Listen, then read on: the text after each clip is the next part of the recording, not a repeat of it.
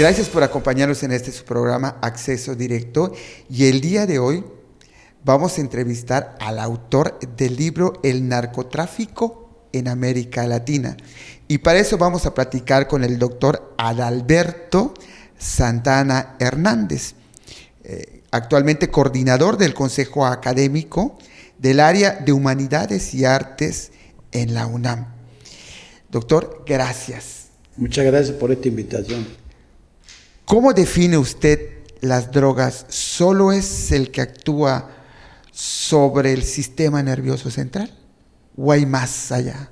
Bueno, teóricamente estamos en un mundo, en un tiempo donde las drogas tienen una vital importancia, pero no nada más de hoy en día, sino históricamente han tenido una vital importancia. Y parto del siguiente ejemplo, que lo dijo ya un historiador europeo famoso por sus ensayos de historia, el maestro Brodel, quien apuntaba que a lo largo de la historia la ebriedad siempre ha existido, históricamente, desde que el hombre ha estado presente. Y ese tipo de ebriedad tiene 3 elementos en los cuales se ha desarrollado. Uno de ellos es la ebriedad religiosa, que está asociada a una serie de manifestaciones de carácter evidentemente religioso. Vamos a dar algunos ejemplos para que al público le quede claro. Cuando en la Iglesia Católica el sacerdote está invocando a la idea de Dios, hace un brindis con la sangre de Cristo. Entonces está ingiriendo una bebida, ¿sí?, que está administrando a su organismo, que es el vino. Entonces pero es una droga permitida legalmente. Si se excede en el consumo del vino, pues entra en una ebriedad. Entonces ahí hay un carácter religioso. Hay muchas culturas que entran en ese tipo de ebriedad. Hay otra que es la más común, que es la ebriedad terapéutica. Por ejemplo, el dolor. Quitar el dolor, evadir el dolor. Y esto es a través de medicamentos, que las drogas son medicamentos. En una época, por ejemplo, en el mundo entero y todavía en algunos países, no dicen farmacias, dicen droguerías. ¿Por qué? Porque es la administración de una sustancia que adquirida en el organismo, ¿sí?, va a inhibir el dolor. Por ejemplo, ¿cuál es lo más corriente que conocemos en nuestros días? Cuando alguien tiene un dolor de cabeza, dice, voy a administrarme una aspirina para quitar el dolor de cabeza que pueda tener. Pero hay drogas mucho más complejas, mucho más duras, en este caso cuando son dolores muy intensos. Por ejemplo, el cáncer, cuando genera un problema, bueno, al sujeto enfermo le administra una dosis de droga determinada. Cuando hay un accidente de tránsito, que sufrió una lesión o que alguien se rompió una pierna o un brazo, bueno, le administran una droga, es decir, un medicamento que le va a inhibir o a calmar de un dolor. Entonces entramos en una, precisamente, ebriedad terapéutica.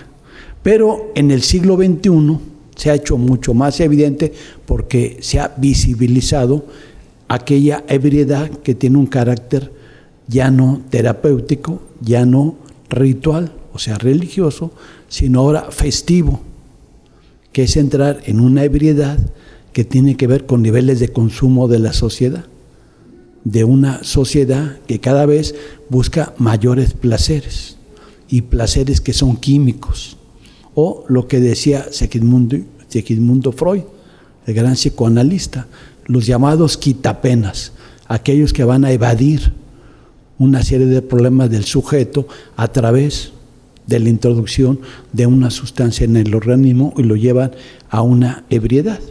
En nuestros días, ese tipo de ebriedad, que no son drogas legales como las terapéuticas, ¿sí?, o como las bebidas alcohólicas, como el alcohol, el vino, el whisky, etcétera, o como el café, como el azúcar, que también son drogas, pero drogas legales, ¿cómo va a entrar en ese nuevo nivel de consumo en las llamadas drogas ilegales? Que pueden ser drogas blandas o duras, suaves o mucho más complejas. Entramos entonces en un círculo, ¿sí?, económico que tiene que ver con la administración de una ebriedad que llega a niveles donde está rebasando el orden establecido, que está insubordinando la realidad jurídica de una sociedad al introducirse drogas que no están permitidas legalmente, es decir, drogas ilegales que están sancionadas por el Estado, por las leyes. ¿Cuáles serían los ejemplos? Bueno, en algunos países ya está permitido el consumo de la marihuana, no en todos los países, ¿sí?, y hasta una dosis determinada. Por ejemplo, portar o consumir para uso personal 15 o 10 gramos o 5 de marihuana, que es una droga y considerada una droga suave. El tabaco es una droga también que está permitida. Que de hecho, para introducirlo a Europa, dijeron que debería ser de carácter medicinal. Así es.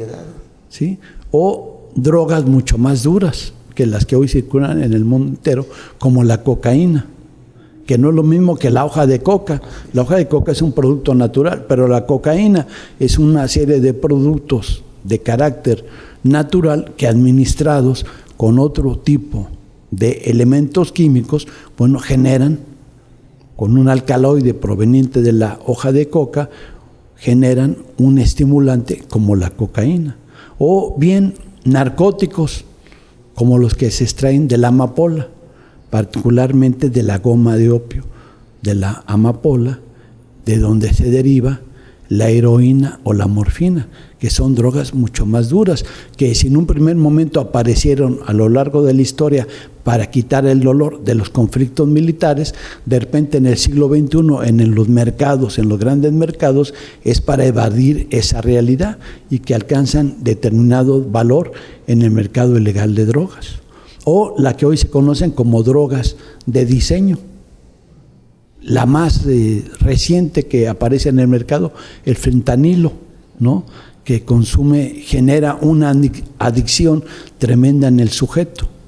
O drogas químicas como el LSD o las anfetaminas, por ejemplo, ¿no?, que estamos hablando ya de otro tipo de drogas y que van para una sociedad de consumo y para una serie de sujetos que están involucrados en esa sociedad de consumo, particularmente ¿dónde? En los Estados Unidos, en los países desarrollados, donde ya se llegó a una saturación del mercado, a una saturación de todos los tipos de consumos. ¿Y cuál les faltaba? Un consumo químico que los evada de la realidad, que en este caso son estas drogas de carácter ilegal y que son duras, drogas duras, que generan una evasión de la realidad y que tienen un mercado muy amplio y que hoy, en nuestros días, en pleno siglo XXI, en la segunda década del siglo XXI, se han convertido en una de las principales industrias a nivel internacional.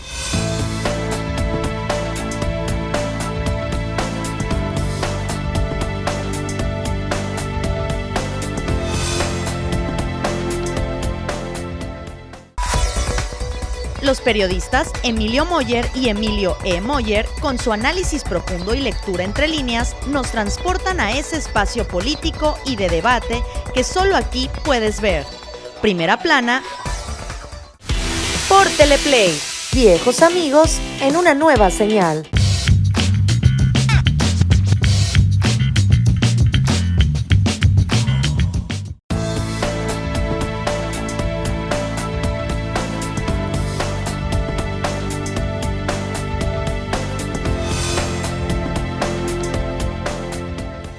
Usted habla de una economía subterránea. ¿De cuánto dinero genera esta industria de las drogas? Bueno, lo que ha dicho el gobierno norteamericano en distintas administraciones, por ejemplo, George Bush llegó a decir que dentro de la economía norteamericana generaban ganancias de más de 500,000 millones de dólares. Algunos otros mandatarios norteamericanos la han bajado a 350,000 millones de dólares anuales. Es decir, que después de la industria del petróleo y de la industria del armamento, el narcotráfico aparece como de las principales industrias a nivel mundial y que genera enormes ganancias en una economía que funciona de manera sumergida, es decir, de manera subterránea, que no opera en el mercado formal de la distribución de este tipo de productos, como un refrigerador, un automóvil, una cámara fotográfica, de un vestido, no, sino que funciona en otro tipo de parámetros, y eso es una economía sumergida, es decir, de esos aspectos donde no vemos más que una punta del iceberg y lo otro está sumergido dentro de este océano, ¿sí?, económico, en los cuales no se ve, pero se hace sentir. ¿De qué manera se hace sentir?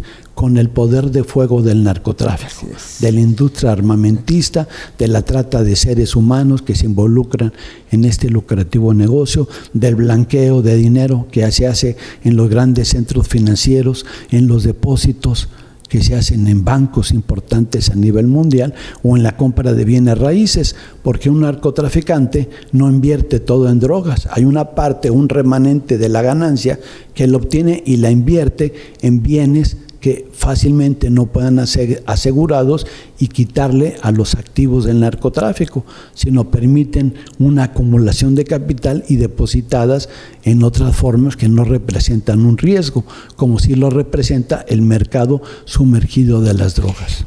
México, ¿cuánto está produciendo de estos 350,000 millones de dólares o 500,000 millones de dólares? ¿A cuánto accedes al mercado mexicano?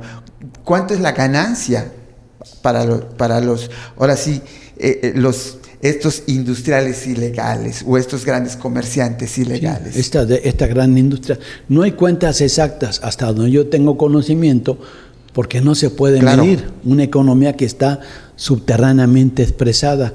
Lo que se puede medir son los valores del riesgo, de la violencia, donde se puede ir midiendo la intensidad de este negocio. Sin embargo, algunos economistas han llegado a establecer la ganancia. Se habla, por ejemplo, que la economía que genera la mayor rentabilidad de drogas es la economía norteamericana, pero solamente regresan a sus lugares de origen donde son procedentes estas drogas entre el 10 y el 5%. Es un estimado de la llamada o de los llamados narcoeconomistas, o aquellos que se dedican a estudiar este fenómeno. De tal manera que si a nivel mundial genera 500,000 millones de dólares anuales, y de esos 500,000, 100,000 se generan en los Estados Unidos, y de ellos el 10% va a ir a los lugares de origen de esas drogas ilegales, estamos hablando de cerca de 10,000 millones de dólares que entrarían a las economías de estos países. Si al 50% entraran a la economía mexicana, estaríamos hablando de 5,000 millones de dólares. ¿Qué representaría eso? Bueno, representaría por lo menos una sexta parte de lo que generan las remesas en la economía norteamericana, o de lo que genera la industria, ¿sí?, con los tratados de libre comercio, de las exportaciones mexicanas a ese mercado, particularmente de industrias como el petróleo, que es de las más ricas, ¿no? El narcotráfico se rige por la violencia, porque no hay reglas, y ahí es por medio de la violencia.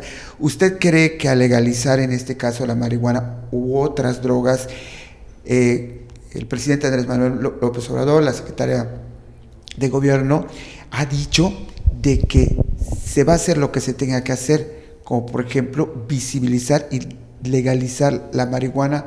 ¿Usted cree que con eso la violencia aminore? No, porque esta es una economía que funciona con otros parámetros. Primero, que no se va a legalizar, porque los grandes consorcios metidos en el narcotráfico, lo que más les conviene es mantener el negocio a esos niveles, es decir, no matar a la gallina de los huevos de oro. Si matan a la gallina de huevos de oro, se acaba el negocio. Entonces lo que les interesa es mantenerla en esa economía sumergida, en esa economía que no está en la formalidad. Y por lo tanto, esto eleva la tasa de ganancia, es decir, hay una máxima de ganancia en ese sentido. En la medida que es ilegal. En la medida que es ilegal, cuando se legaliza, ¿quién tendría el control y de qué drogas, porque no son lo mismo, claro, la marihuana que la cocaína, que las anfetaminas, que la heroína y la morfina. Hay que distinguir a qué tipo de drogas estaríamos haciendo caso, ¿no? Por regular, las drogas fuertes pues son la cocaína, son las anfetaminas, ¿sí? Las drogas de diseño, las que generan el gran mercado de drogas. Pero recientemente, en 2018, un gran mercado que creció fue el de la heroína en los Estados Unidos, pero ya para 2019 está siendo sustituido por el fentanilo, por el consumo. Entonces es un mercado muy oscilante que está ahí y que modifica las finanzas de esa industria. Entonces difícilmente va a desaparecer porque esto tiene distintos rubros de su participación en esos mercados de las drogas. Y entonces, ¿cómo se puede valorar este negocio? Pues con los márgenes de violencia que están generando. Porque un grupo de narcotraficantes, o un grupo, mejor dicho, de empresarios de las drogas, que las introducen al mercado norteamericano, deben de obtener un cierto tipo de ganancias, que las haga rentables. Pero para hacerlas rentables, deben exportar este producto a los grandes mercados y recibir a su vez la ganancia. Ahí está el gran negocio, en la intermediario, ahí está el gran negocio. En la circulación de ese producto. Pero las ganancias quedan en los ejes centrales, es decir, en los grandes centros de consumo. Se estima que, por ejemplo, el gran lavado de dinero no se realiza en países como México. El gran lavado de dinero se realiza en los Estados Unidos, particularmente en el estado de Florida, el estado de California, en países como Suiza, en los paraísos fiscales como Panamá, como otros países del Caribe, donde hay el gran lavado de dinero, donde se legaliza este tipo de ganancias.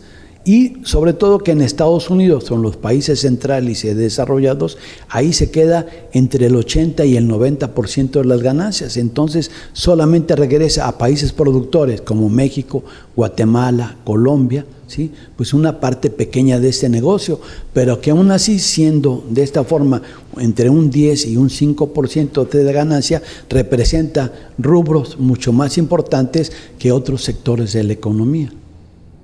Entonces estamos ante un fenómeno bastante complejo y que estamos hablando de una industria que en una economía determinada involucra a muchos actores sociales. Hay una división técnica del trabajo en esa industria, es decir, están los productores directos, están los que trabajan en la comercialización del producto, están ingenieros químicos, biólogos para el enriquecimiento de las cosechas de ciertos tipos de productos, medios de comunicación, sistemas financieros. O sea, es una industria, no es un problema de unos comerciantes que están en la calle vendiendo la marihuana, no, son toneladas. Sabemos que, por ejemplo, buena parte del tráfico de drogas que viene, por ejemplo, de Colombia, pues viene hacia Centroamérica y hacia territorio mexicano y después a los Estados Unidos, pero viene por vías diversas, pueden ser marítimas, pueden ser terrestres, pueden ser aéreas. Entonces estamos hablando de 3 vías de introducción al mercado norteamericano.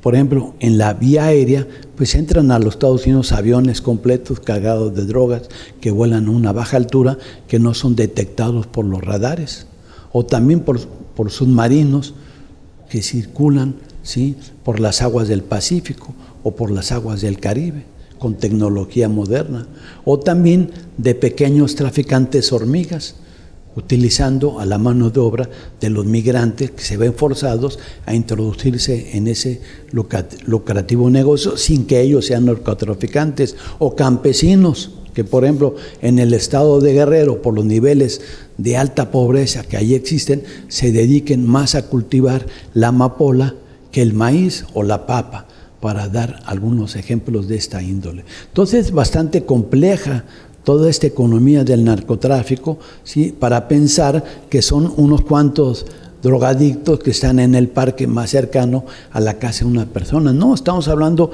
de una de las industrias de más crecimiento a nivel internacional.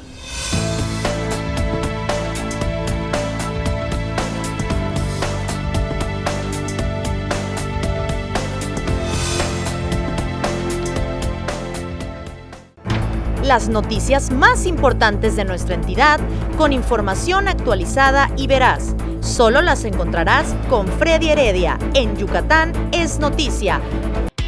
Por Teleplay. Viejos amigos en una nueva señal.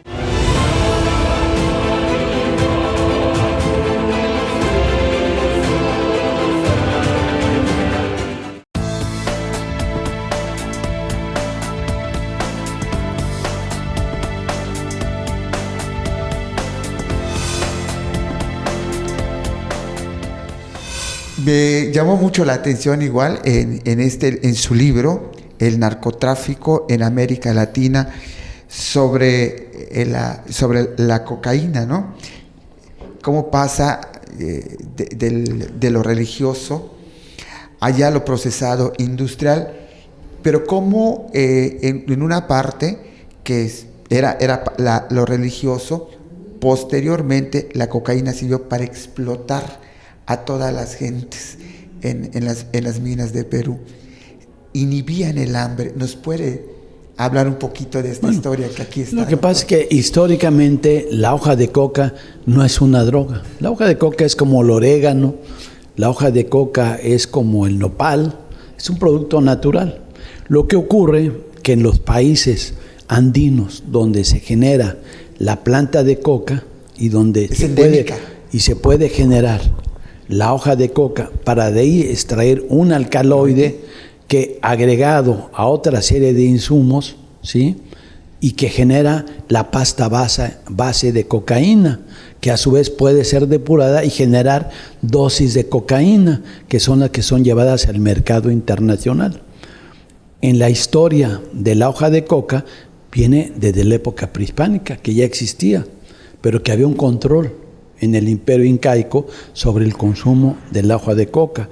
Cuando llega la colonización española a América y que los conquistadores y especialmente los grandes productores de metales preciosos, como en el caso de Bolivia, que fue el gran centro de la producción de metales preciosos, se dieron cuenta que al consumir la hoja de coca, la explotación sobre los trabajadores mineros y sobre los esclavos intensificaba la rentabilidad de las minas, porque hacían producir más y sin alimentos. Podían morirse los trabajadores de las minas con solamente consumir la pura hoja de coca, masticándola. En la cuchilla que hacían en la boca, mastique, todo eso, y que genera ciertas actitudes que estimulaba las formas de trabajo. Bueno, y entonces la corona permitió que esta hoja de coca estuviera consumida. El virrey de Toledo lo vuelve a... Pero no tan solo es eso, sino en el siglo XVIII en Europa también se dan cuenta que hay bebidas llamadas exóticas que estimulan la creatividad, y el chocolate se inventa en Suiza. O sea, la mezcla del cacao con la leche de vaca para generar el chocolate. ¿Por qué? Porque estimula la sociedad. O también crece el consumo del café, que venía de Etiopía y de otras regiones del África y del Medio Oriente, para estimular la creatividad, y surgen las cafeterías como formas de pensamiento, pero también como formas de consumo. Es decir, los estimulantes que surgen como el chocolate, la bebida del café o el consumo de la hoja de coca y posteriormente cocaína van a estimular la rentabilidad de una sociedad que también tiene su paso de una sociedad feudal a una sociedad precapitalista, y de ahí avanza hacia el capitalismo. Usted decía una sociedad precapitalista donde había esclavos, donde había gente sometida. En algunas regiones se está retrocediendo, como se vio en la etapa precapitalista, y digamos en Guerrero, donde hay despojos de tierra, donde se están asesinando a las personas. Dijéramos que la economía sumergida tiene distintas formas de expresión. Una de ellas es el narcotráfico, o sea, el crecimiento de la producción de drogas ilegales, la distribución de drogas ilegales y el consumo de drogas ilegales en los grandes centros de consumo. Pero también en esa economía sumergida funcionan otras actividades. Por ejemplo, el tráfico de personas en forma de la trata de personas para la esclavitud moderna del siglo XXI. Esos migrantes que van a ser explotados en los centros de producción, ya sea agrícolas o mineros, que se realizan en pleno siglo XXI, esclavitudes modernas, o mujeres para la prostitución en los grandes centros de consumo, o también el tráfico ilegal de piezas arqueológicas o de especies de la fauna y de la flora. Encontramos que son saqueadas en América Central o en el Amazonas, ¿sí?, expresiones directamente de las ricas aves que componen la riqueza de un país y que son exportadas a los países desarrollados. Entonces vemos una constelación de esa economía sumergida que funciona en distintas partes y que a veces se compenetran, pero a veces no. Que se dedica al narcotráfico, por lo general nada más se dedica al narcotráfico, pero no quiere decir que un narcotraficante es un sicario. El sicario tiene una función muy específica, que es vigilar, lo que en México llaman halcones, estar en la vigilancia de las rutas del tráfico de drogas, sin que necesariamente sea narcotraficante, sino que cumple un papel determinado en esa división técnica del trabajo. A lo mejor el narcotraficante sí es el que opera directamente en lo que son las organizaciones de los llamados carteles de la droga, que en el caso mexicano o en el caso colombiano son los carteles más numerosos. Por ejemplo, pensemos en el caso mexicano, ¿cuántos carteles de la droga hasta hoy en día se conocen? En junio de 2019, cerca de 20 carteles de la droga en todo el territorio nacional. Los más famosos, el cartel Jalisco Nueva Generación, el cartel de Tijuana, el cartel de Ciudad Juárez, el cartel del Golfo, ¿sí?, el cartel de Guadalajara, el cartel de Sinaloa, los Ardillos en el estado de Guerrero, los Guerreros también en esa zona, los Zetas en el estado de Veracruz. De tal manera que vemos una constelación de grupos que a su vez se subdividen. ¿Y cuál es lo fundamental y lo más pertinente para que esto se den? Pues la lealtad. ¿Y por qué encontramos? La lealtad es un elemento central de esta industria de las drogas, porque no hay contratos en los cuales los narcotraficantes acuerdan venderle 1 kilo de cocaína o 1 tonelada. Pues no hay contratos, lo que hay son ajustes de cuentas, y lo que encontramos en las matazones son los ajustes de cuentas cuando no pueden responder al contrato verbal que hicieron los narcotraficantes. Y encontramos, cantidad de fosas donde hay cuerpos enterrados. Doctor, gracias, doctor Adalberto Santana, gracias. Este libro, El narcotráfico en América Latina, es un libro de cabecera. Es mi libro de cabecera. Es un fenómeno muy complejo. Aquí lo dimos de manera tratando de entenderlo muy sencillamente, pero es más complejo de lo que estamos hablando. Gracias, doctor. Gracias a usted. Gracias por su tiempo. Muchas gracias.